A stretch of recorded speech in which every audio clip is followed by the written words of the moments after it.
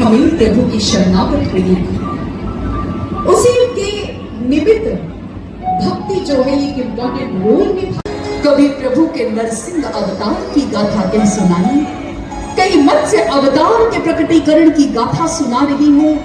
परीक्षित धन्य धन्य होते जा रही हूं। परीक्षित आज इस बहती गंगा, जिन्होंने आकर इस धरा धाम को पवित्र किया, जिनकी बहती हुई ये जलधारा जहां जहां पहुंची, मानो मृत प्राय वे धरा सजीव हो उठी। गंगा मैया की अमृत गागर जहां जहां छलकी, वे स्थान ही पवित्र पावन हो गए। और सज्जनों,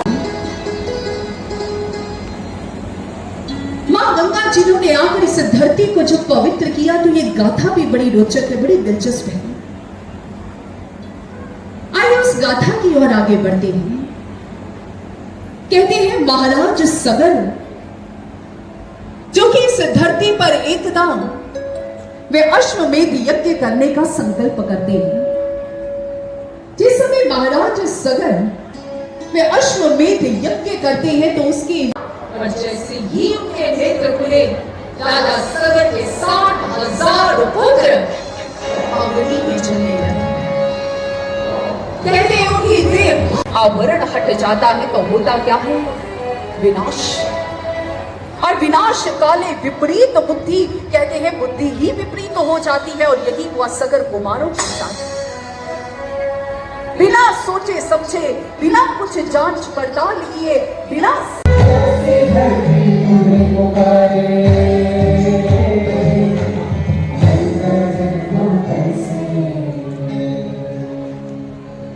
अमृत की धार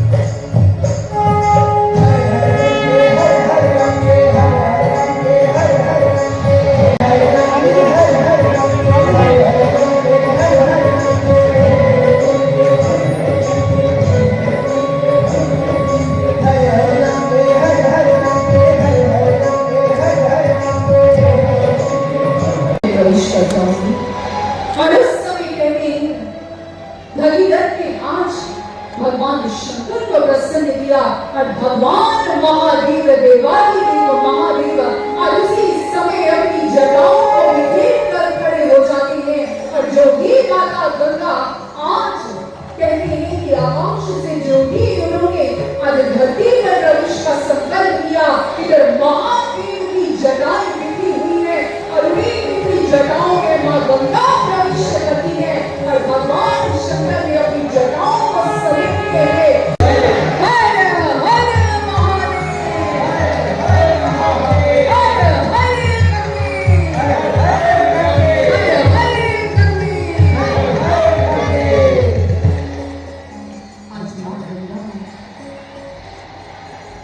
इस धरा पर पावन धारा के स्वरूप में बहने लगी। तदुपरांत वर्णन आता है कि भगीरथ आज अपने पूर्वजों की मुक्ति का उपाय प्राप्त कर परम प्रसन्न हो गए, उद्धार करुणा। और कहते हैं उस समय मां ने आज अनुमति प्रदान की और भगीरथ उन्हें उसी आश्रम की ओर लेकर जाते हैं जहां राजा सगर के 60 भगीरथ का अनुसरण करते करते वहां आ पहुंची और कहते हैं कि पूर्वजों की मुक्ति होती है, पूर्वज पर ही सदा सदा के लिए निवास करने लगी। सजनो, सौभाग्य है हम भारत निवासियों का कि हमें आज मनुष्य के स्वभाव में देखने को नहीं मिलता। आज मनुष्य के स्वभाव में क्या आ चुका है? कटुता। जिस कटुता के कारण, जिस वैर भाव के कारण, जिस राग द्वेष ईर्ष्या के आने के कारण अब उसके मन में क्या भरा है जानते हैं? केवल और केवल मात्र दूसरे व्यक्ति के प्रति निंदा का भाव है। वो निंदा करना चाहता है। एक व्यक्ति दूसरे व्यक्ति की निंदा सच में बड़ी आसानी से और बड़ी तबीयत के साथ करता है, खूब मन लगाकर करता है, खूब अच्छा लगता है। हमारा मन लगता है निंदा करने में। आप दो लोग किसी की बैठकर जिस समय गॉसिप्स करते हैं, बातें करते हैं, या गौर दिखने लगती है, लेकिन उसकी छोटी सी की हुई बुराई, उसका छोटा सा किया हुआ गलत कर्म हमसे इतना बड़ा बना देते हैं। महामारी से बड़ा कोई पाप नहीं है जब हम किसी की निंदा करते हैं। लेकिन यदि व्यक्ति की फिर भी निंदा हो रही है तो व्यक्ति को करना क्या चाहिए? सजनो, हम किसी प्राचीन युग की बात नहीं करेंगे, इसी युग इसी इतिहास की बात करते हैं। मैं भारतीय इतिहास में से आपको उदाहरण देती हूँ। सावित्रीबाई फुले जी का जो प्रथम शिक्षिका मानी गई है हमारे भारतवर्ष की, जिन्होंने बच्चियों को पढ़ाने का बीड़ा प्रारंभ किया था। जब उन्होंने लोगों के संग लीलाएं करना, गोपिकाओं के संग रास रचाना, राधा जी के संग दिव्य लीलाएं करना, नाग को नट लेना, पूजा का लेना, वेणुवट, अरे को सुनकर अवतार याद है हमारा जी की बात सुनकर। जैसे ही प्रभु ने ये उत्तर दिया, नारद जी ने हस्त जोड़ दिए, बस प्रभु वे सुनकर अवतार पुनः ना लेना। अपने कीचड़ में सने आप और हमें पवित्रता देने वाले प्रभु, आपकी तो महिमा अपरंपार है, लेकिन हम जीव आपको उस कीचड़ में पड़ा। नारायण ऐसा रुद्र अवतार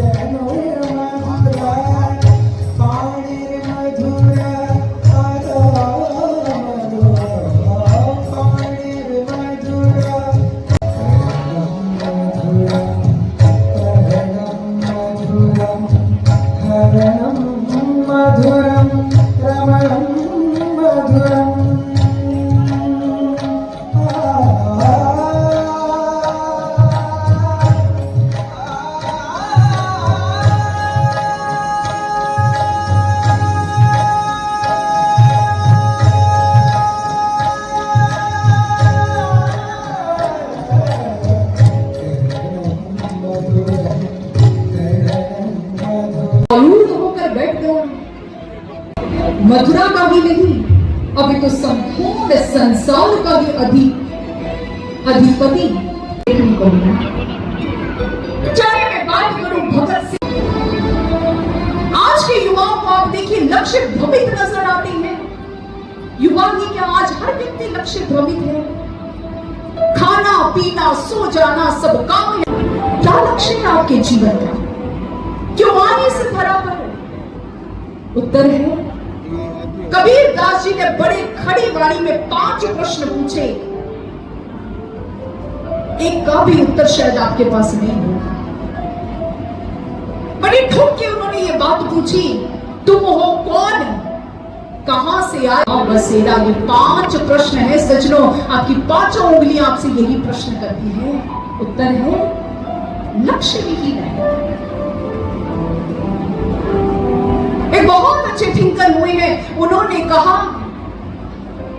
कि आपकी जिंदगी में सिर्फ और सिर्फ 2 ही दिन इंपॉर्टेंट हैं जिन्हें सेलिब्रेट करना चाहिए। उन्होंने कहा, पहला दिन जब आप इस धरती पर जन्म लेते हो, the day you are born. उन्होंने कहा, जिस दिन आप धरती पर जन्म लेते हो, हाँ ये अवसर है उल्लास का, समझ आ जाए कि मुझे ये मानव तन मिला क्यों। मानव तन का मिलना ये प्रश्न है, और मानव तन क्यों मिला, इस लक्ष्य के प्रति समझ आ जाना ये दूसरा समय है खुशी मनाने का, आनंद मनाने का।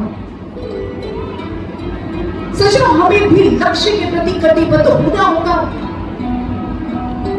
अनेक नहीं हुए, ये बिहार की पावन मौर्य साम्राज्य की स्थापना इसी धरा पर हुई। आज आपके बिहार की गाथा गाने का मन करता है। आज दिन भी तो विशेष है ना? विशेष भी पता होगा तो क्या है आज?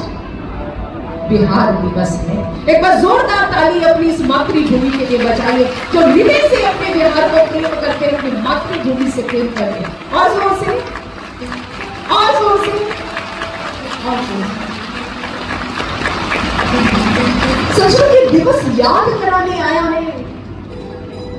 ये याद कराने नहीं आया कि आज हम बंगाल से अलग हुए थे और आज हमारी 113वीं जयंती है।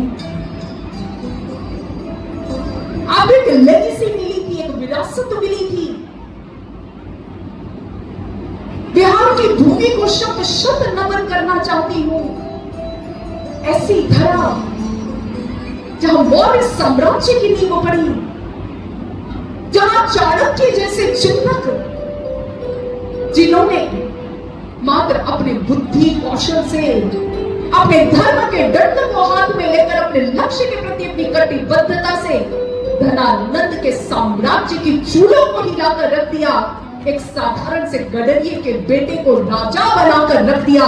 इस सामर्थ्य इस बिहार की भूमि का, यहाँ के संतों शत शत नमन, हृदय से नमन। चंद्रगुप्त मौर्य सोचो ऐसा साम्राज्य रच कर गए, आज तक याद किए जाते हैं, श्रेष्ठ राजा की गिनती में आते हैं कि बिहार की धरा का प्रताप है। और अपनी लेगेसी के बारे में, अपनी विरासत के बारे में, नालंदा की विरासत ही तो थी जिसने अंग्रेजों को इतना परेशान करके रख दिया, मुगलों को इतना परेशान करके रख दिया कि धू धू कर अंततः उसकी पुस्तकों का रख दिया। लेकिन क्या नालंदा, उसके मात्र कुछ किताबें जलने से जो 3 महीने 4 महीने तक जो लाइब्रेरी जलती रही, कितना उसके अंदर पाठ्यक्रम का कितना सामान होगा, कितनी सुंदर बातों का पुलिंदा उसमें होगा। लेकिन इसका तात्पर्य यह नहीं कि नालंदा की यदि यूनिवर्सिटी को जला दिया गया तो नालंदा की विरासत खत्म होगी, नहीं।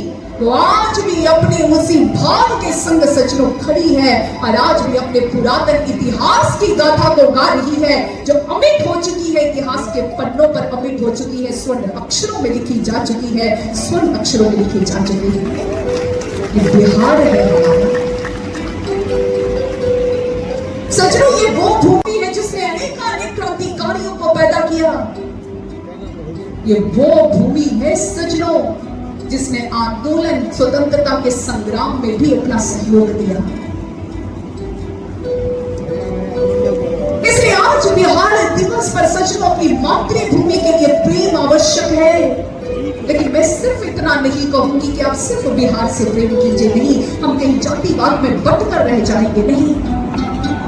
हमारी मां सिखाती है हमें, इस मां ने अनेक संतानों अपनी मातृभूमि से प्रेम करो सजनों, अपनी मातृभूमि से प्रेम करो। और जब अपनी मातृभूमि की इस संकल्प ठाठे मारता है ना भीतर, तो उस समय कृष्ण जैसा संकल्प हमारे भीतर भी जन्म लेता है। राम प्रसाद बिस्मिल जी जब उनके भीतर मातृभूमि के प्रति ये भाव ठाठे मारने लगे, अपने आप को रोक नहीं पाए। सचमुच एक बेहतरीन कवि थे, ऐसे कवि जिन्होंने अपनी मातृभूमि के लिए ना जाने क्या क्या कहा, क्या क्या गुना, क्या क्या कहा। जब किसी ने उनसे पूछा कि तुम क्या चाहते हो, उन्होंने कहा सिर्फ और सिर्फ मैं अपने भारत मां की आजादी देखना चाहता हूं। उन्होंने कहा पागल हो गए हो क्या? माता की सुंदर गीत को श्रवण करते हैं। और आज बिहार दिवस है सजनों, अपने आप को रोकना नहीं। देशभक्ति का जो जज्बा आज यहाँ ठाठे मार रहा है, आपको भी अपने भीतर लेकर आना है। साथ साथ इस गीत के गुनगुनाना, मस्त हो जाना और अपनी मातृभूमि को हृदय से लेना। आइए इस सुंदर भजन को हम श्रवण करते हैं।